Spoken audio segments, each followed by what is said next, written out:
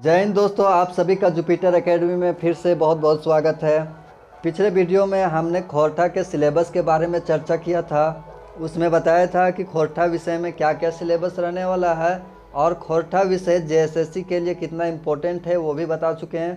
क्योंकि यहाँ पर जो खोरठा विषय है उसमें मैक्सिमम क्वेश्चन रहने वाला है, सभी विषयों से सबसे ज़्यादा क्वेश्चन रहने वाला है और सबसे ज़्यादा मार्क्स हम लोग खोरठा से ऑब्टेन कर सकते हैं।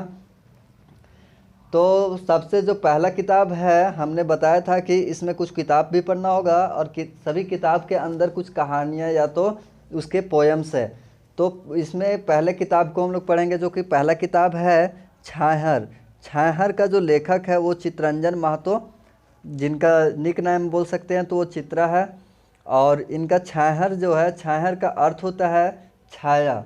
अब इस कहानी का जो मुख्य भूमिका निभाने वाला है रोहन और मोहनलाल। अब रोहन और मोहनलाल है, ये दोनों मजदूर थे और ये मजदूरी का काम करते थे। अब रोहन लाल और जो मोहनलाल है, इन दोनों को क्या परेशानी होता है धूप से लेकर के, या तो उनके जीवन के बारे में हम लोग कुछ पढ़ेंगे। तो आगे इनके अन्य भूमिका का बात करें तो सूरज नारायण, जो सूरज नारायण है, जहाँ इनका नया छत घर बन रहा था और वहाँ पर रोहन और मोहनलाल कार्य कर रहे होते हैं।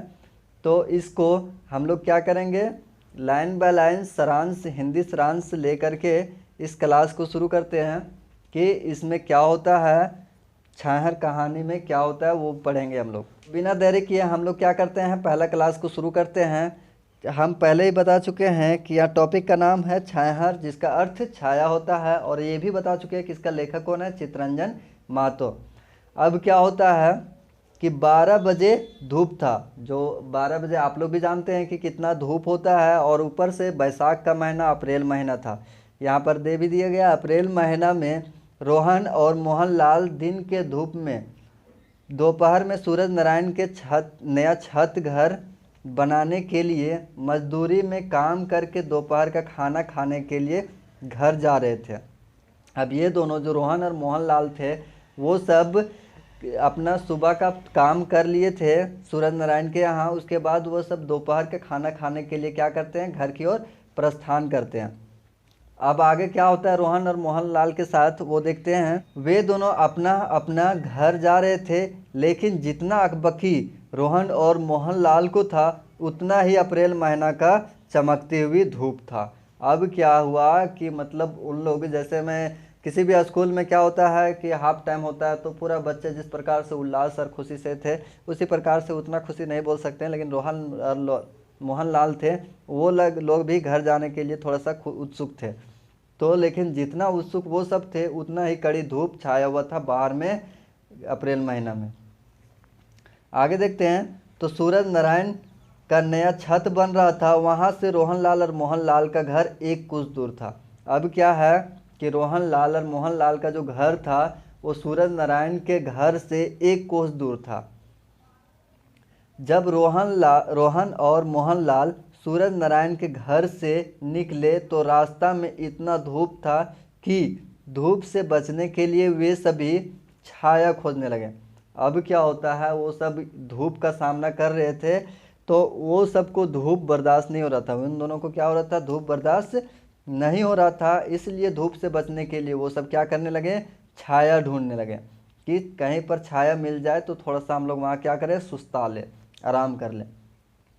अब क्या होता है, रास्ता में ताड़ और खजूर का बड़ा बड़ा और ऊंचा ऊंचा पेड़ था। अब उन लोग को क्या होता है, रास्ता में ताड़ और खजूर का पेड़ दिखाई देता है, तो उन क्या सोचते हैं वो सब कि थोड़ा सा हम लोग सुस्ता लेते हैं। वे दोनों छाया लेने के लिए एक पेड़ के नीचे पहुंचे, लेकिन उन दोनों को ताड़ के नीचे ना ही तो तन ठंडा हुआ और ना ही मन शांत हुआ।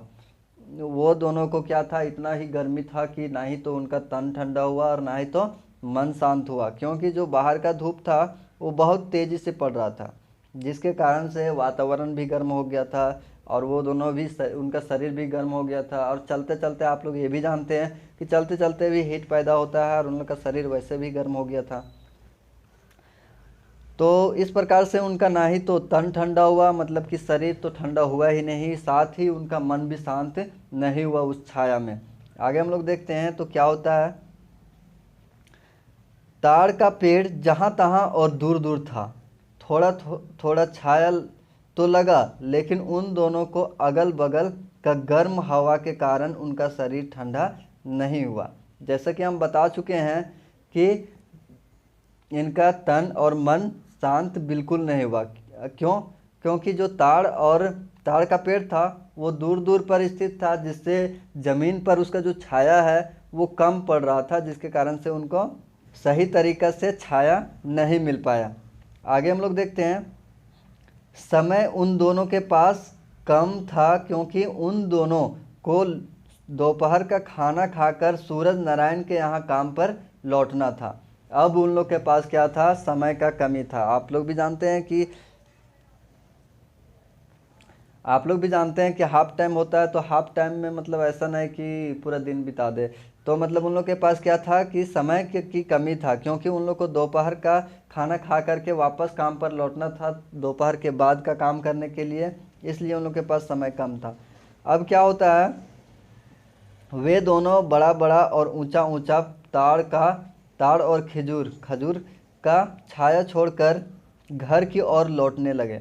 अब क्या करते हैं ये दोनों, उन पेड़ों का छाया लेने छोड़ करके वो सब घर की ओर दौड़ने लगे। उन लोग को याद आया कि अचानक समझो कि याद आया कि हम लोग को काम पर लौटना है, और वो सब जल्दी से वहाँ से दौड़ने लगे घर की ओर, कि जल्दी से खाना खाएंगे तभी तो काम पर लौट पाएंगे। आगे हम लोग देखते हैं। थोड़े ही दूरी पर पतला पतला और थोड़ा दूर दूर आम, जामुन, कोरंज और महुआ के छोटे छोटे लेकिन घना पेड़ था।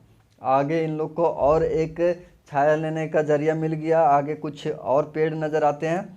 तो आम, जामुन और कोरंज का और महुआ का छोटा छोटा, लेकिन ये क्या था? घना पेड़ था। अब क्या था, ये सब क्या करते हैं, थोड़ा देर वहाँ रोहन और मोहनलाल छाया लिए।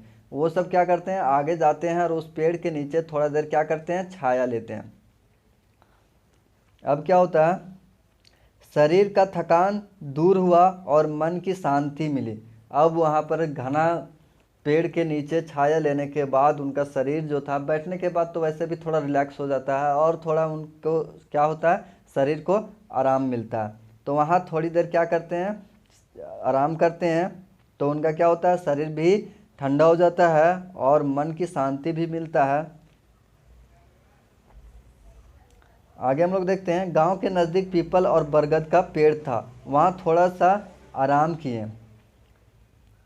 फिर खाना खाकर दोपहर वे दोनों, गांव के नज़दीक पीपल और बरगद का पेड़ था, वहाँ थोड़ा सा आराम किए। फिर खाना खाकर दोपहर वे दोनों काम के लिए वापस चले गए। अब क्या करते हैं, ये दोनों गांव के नज़दीक जो पीपल और बरगद का पेड़ था वहाँ पर बैठते हैं। अपना गांव से समझो खाना लेकर के जाते होंगे, और वहाँ जा कर के पीपल के नीचे और बरगद के नीचे क्या करते हैं, छाया भी लेते हैं, साथ साथ में क्या करते हैं, वहाँ खाना खाते हैं, और फिर दोबारा काम करने के लिए सूरज नारायण के यहाँ पर वापस लौट जाते हैं। इतना में ही सूरज नारायण के सड़क के किनारे जहाँ उनका नया छत बन रहा था, वहाँ रास्ते में लोग काम से इधर उधर आने जाने लगे। उसके बाद क्या होता है कि जो सूरज नारायण के गांव के लोग थे, उनके घर के आसपास, घर में जो रास्ता था, उनके रास्ते से इधर उधर गुजरने लगे। ठीक है, कहानी को यहीं अंत करते हैं और आगे देखते हैं रोहन और मोहनलाल के साथ क्या होता है। तो आगे जानने के लिए चैनल को सब्सक्राइब कर लीजिए, ताकि आपका जो भी नया वीडियो आए वो जल्द से जल्द आपके पास पहुंच जाए।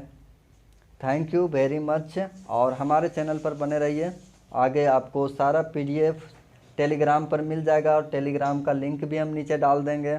PDF पहले भी डाल चुके हैं इसका, जो कि जिस पर हम वीडियो बना रहे थे उसका हम लोग PDF टेलीग्राम पर डाल चुके हैं। ये एक्सप्लानेशन वीडियो बना करके आपके पास डाल रहे हैं। आगे का वीडियो भी डालेंगे और फिर इसका PDF भी डालेंगे, फ्री में उपलब्ध हो जाएगा। इसलिए टेलीग्राम में भी ज्वाइन हो जाइए। टेलीग्राम का लिंक जो है वो डिस्क्रिप्शन में आपको मिल जाएगा। तो थैंक यू।